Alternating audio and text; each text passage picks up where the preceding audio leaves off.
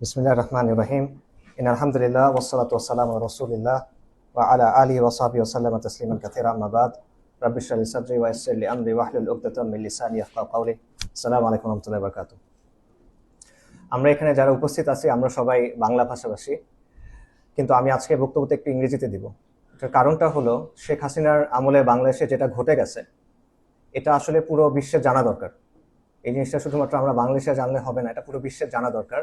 এবং এই গল্পটা পুরোপুরি বলা হয় নাই। অ্যাকচুয়ালি আমরা গত 18 মাসে বা এর বেশি পরের সময়টায় যা দেখছি, এই গল্পের খুব খণ্ডিত একটা অংশ, পার্শিয়াল একটা অংশ বলা হয়েছে, বিশাল একটা অংশ চাপা পড়ে গেছে। তো কেজ ইন্টারন্যাশনাল যে প্রতিবেদনটা, এটা অ্যাকচুয়ালি এই জিনিসটা সামনে নিয়ে আসার একটা স্টেপ। তো ওই একই জায়গা থেকে আমি এই বক্তব্যটা ইংরেজিতে দিব, যাতে করে এটা গ্লোবাল অডিয়েন্সের সামনে, বৈশ্বিক পরিসরে মানুষের সামনে যেতে পারে, এবং বিশেষ করে মুসলিম উম্মার সামনে যেতে পারে যে বাংলাদেশের মুসলিমদের সাথে ইসলামের সাথে আসলে কি হয়েছে। ঠিক আছে, কারণ এটা অনুধাবন করার, রিয়েলাইজ করার একটা দায় এবং হিস্সা তাদেরও আছে। তো আমি ইংরেজিতে বক্তব্য শুরু করছি, আমি একটু সময় নিব, আমাকে মাফ করবেন ইনশাআল্লাহ। বিসমিল্লাহির রহমানির রহিম। Thanks to Cage International and the organizers at INSAF for bringing us together for the launch of this important report. It's an honor to be part of this discussion.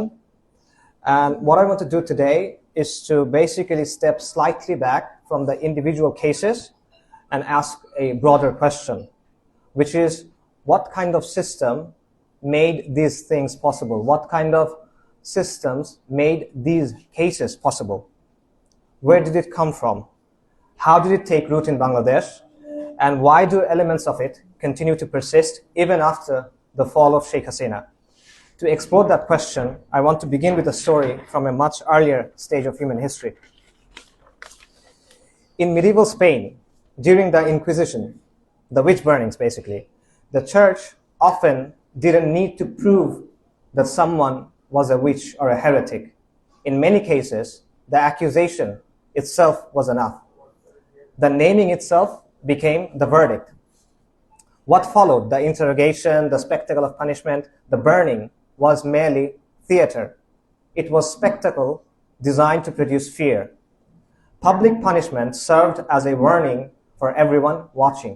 Look, this is what happens when you cross the boundaries of acceptable belief. The Inquisition operated through a simple sequence. First, a threat was created through witches, heretics, enemies of the order. Second, individuals were designated as belonging to that category. And third, punishment was carried out publicly and dramatically so that society as a whole would learn the consequences of deviation. The goal wasn't simply to eliminate individuals. The goal was to discipline an entire population. What happened in Bangladesh between 2019 and 2024 can be seen as a sort of modern inquisition. Under the banner of counterterrorism, individuals could be named, removed from the protection of law, and punished in ways that served a broader political purpose. A system was constructed that defined which forms of belief, identity, and political aspirations were permissible and which were not. The report produced by Cage presents a snapshot, a sort of summary of that system. It records more than 1,200 extrajudicial killings, around 1,600 enforced disappearances, and tens of thousands of detentions. It also documents conviction rates exceeding 70% in anti-terrorism cases, many based on confessions extracted under torture or fabricated evidence. These numbers and the data is important because it shows that these were not isolated abuses of the system. This was the system. And the question this report forces us to ask is a deeper one. Where did this system come from? To answer that question, we have to begin with the global political environment in which the Bangladeshi state operated at that time. In 2001, George W. Bush declared a global war on terror, so-called global war on terror. But this war did not remain confined to bombs or military campaigns. It produced something far larger. It produced a legal and intellectual architecture designed to legitimize extraordinary power in the name of security. The war on terror discourse did not simply target violence, it increasingly treated political vision rooted in Islam as threats in themselves. because those visions propose an alternative ordering of society, politics, and law. The perceived threat, in other words, was not simply militant groups or armed groups. The threat was Islam itself, as Islam offers a different model of political order, a different model of global order. So what was being criminalized was the political theology of Islam itself. What was being criminalized was basically Islam itself. And within this framework, Muslim identity itself increasingly became a matter of security concern. Muslims were not judged only for actions already committed, they were judged for their belief. They were judged for potential future danger. Ordinary practices such as prayer, charity, travel, speech, political speech could be reinterpreted through the security lens. Communities thus became subjects of surveillance, not because of what they had done, but because of what they might become. The result was the production of a permanent suspect class. This logic did not emerge in a historical vacuum. During the colonial era, European empires justified their expansion through the language of civilization. Their message was simple: you are barbaric, we have come to civilize you. During the era of the War on Terror, the American empire justified their expansion through the language of democracy, human rights, and development. The message was strikingly familiar. Your beliefs are dangerous, you are dangerous, and we must reshape your society for your own good. In the 19th century, the British colonial administrator William Hunter, in his book The Indian Mussalmans, described the followers of Imam Sayyid Ahmed Shahid rahimahullah, the members of Tariqa-e-Muhammadiyah, as Hindustani fanatics. Their crime? They resisted British rule in Hindustan, and they wanted to establish an Islamic polity. The communities that supported them were labeled the fanatic camp. Today, similar phenomena are described in a different vocabulary. They are called Islamic terrorism. The terminology has changed, the mission hasn't. The governing logic remains. And within this logic, a familiar division emerges, that of the, quote, good Muslim and the, quote, bad Muslim. The good Muslim practices faith privately. He participates comfortably within liberal citizenship and poses no challenge to the existing political order. The bad Muslim, however, believes that Islam has something to say about how society should be organized, how politics should be organized, how the world should be organized, and that the Ummah is a political community, and that Islamic law has say in public life. The first is praised as being a moderate, while the second is marked as a radical. But the colonial continuity does not end at the level of language or the construction of categories. It extends into the legal architecture through which modern states govern dissent. Colonial rulers often governed through exceptional laws. Whenever resistance emerged, ordinary law was suspended and replaced with special powers. The British used this model with brutal efficiency in colonial India. Laws such as Bengal Regulation 3 of 1818 allowed the state to detain individuals indefinitely without trial. Later measures, such as the Defense of India Act and the Rowlatt Act, expanded these powers, allowing arrests on mere suspicion. Colonial rule, in other words, often operated through what we might call law in the form of lawlessness, legal frameworks that existed formally, but whose function was to remove entire populations from the protection of ordinary justice. In colonial regimes, the target was the rebellious subject. In modern counter-terror regimes, the target becomes the, quote, radical Muslim. The philosopher Giorgio Agamben has described this condition in the age of war on terror as a permanent state of exception, a situation where law is suspended in the name of protecting order and security, where Muslims, such as the ones detained in Guantanamo Bay, become what he calls homo sacer, persons who can be killed without their killing being recognized as murder in the full moral or legal sense. The global counter-terror framework did not remain confined to the Western states. It was actively adopted and adapted within Bangladesh. In 2008, just before the Awami League returned to power, Sheikh Hasina's son, Shajib Wajid Joy, co-authored an article in the Harvard International Review warning that Bangladesh risked becoming the next Afghanistan. The article suggested that madrasas were producing extremism and that radicalization had penetrated significant parts of the society, including the armed forces. This so-called paper served as a political sales pitch.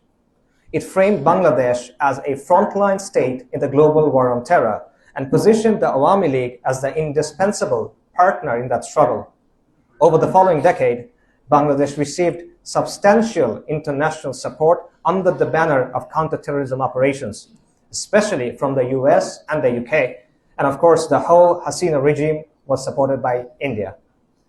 Security forces thus expanded their capacities, legal frameworks were strengthened, institutions such as the Rapid Action Battalion and the Counterterrorism and Transnational Crime Unit became central actors in the country's security architecture.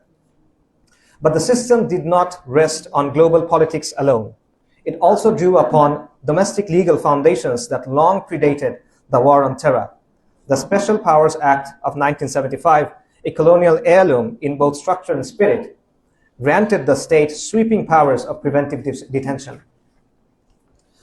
Like earlier colonial emergency laws, it allowed individuals to be imprisoned without trial in the name of national security.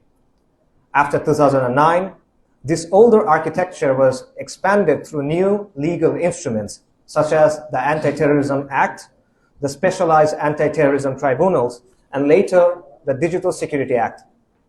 These laws created an elastic legal framework in which the boundaries of terrorism, extremism, and digital threats could be defined broadly enough to capture almost any form of dissent. Under such laws, the standards of judgment begin to shift. So today in Bangladesh, when secular political actors block roads or organize protests, it is described as democratic activism. When Islamists mobilize in the streets, the same act is framed as extremism. A leftist who calls for revolutionary change may be described as a radical thinker, but an Islamist who speaks of transforming society becomes a militant, a terrorist, a jongi. Once that label is applied, all legal protections disappear. In this way, the war on terror provided the language through which older techniques of repression, colonial techniques of repression, could be revived. This is why the counter-terror regime cannot be understood simply as the project of a single regime, of Hasina government. Of course, Sheikh Hasina institutionalized it, but the intellectual and institutional conditions that sustained it were far broader. Ever since the inception of Bangladesh, much of the secular intelligentsia has viewed Islamic identity with suspicion. Part of this comes from the ideology of Bengali nationalism, shaped by the intellectual traditions that emerged from colonial Calcutta. Within that framework, Islamic social and political aspiration, really any public aspect of Islam, is seen as being in conflict with authentic Bengali culture and modernity. And once that assumption takes hold, the securitization of Islamic political expression begins to appear not only as acceptable, but also as progressive.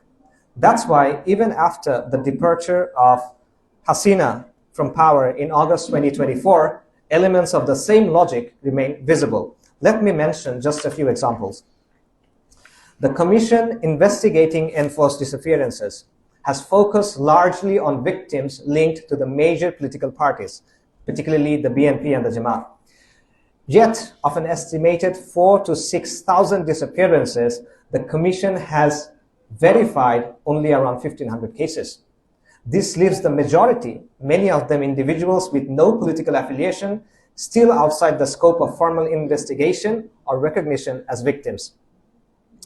The second example, during the Hasina years, families of victims of enforced disappearance, often could not file general diaries because the police refused to register them, a fact that the Commission itself has acknowledged. Yet in several cases, especially involving victims with Islamist leanings, official recognition of victimhood has been denied precisely because no GD exists. This is paradoxical. So the logic of suspicion continues.